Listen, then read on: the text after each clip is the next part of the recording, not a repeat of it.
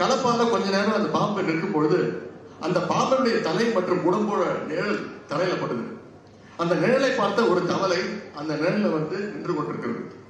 பாம்பு கீழே குனிந்து பார்க்காமல் இருப்பதால் தவளைக்கு இதுவரைக்கும் எந்த பிரச்சனையும் இல்லை.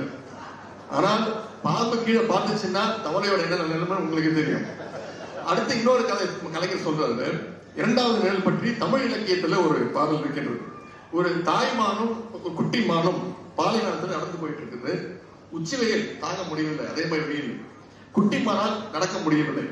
அப்பொழுது தாய்மான் நின்று கொண்டு அதனுடைய நிழல் ஒரு பக்கம் விழும்போது தாய்மான் என்ன பண்ணிச்சு, அந்த குட்டிமானை கொண்டு என்னோட நிழல் நின்றுக்கோ அப்படின்னு ஓய்வெடுத்துக்கொள் அப்படின்னு அந்த தாய்மான் சொன்னது. கொளுத்தும் வெயிலை தான் தான் தாங்கி கொண்டு குட்டிமானுக்கு நிழல் கொடுத்தது அந்த தாய்மான். இப்போது இரண்டு நிழல்களை பற்றி உங்கள்கிட்ட நான் சொல்லியிருக்கிறேன். இதுல முதல்ல சொன்ன பாம்பு நிழல் இருக்கும் தவளை போலதான் ஒரு சிலர் அதிமுகவை மக்கள் பார்க்கிறாங்க. அந்த பாம்பை கொஞ்சம் கீழே குனிந்து பார்த்து விட்டால் தவளையுடைய கதை முடிஞ்சு போனது. ஆனால் திமுகவை நீங்கள் நம்புவது தாய்மான் நிழல்ல குட்டிமான் நிலைப்பார்வதை போல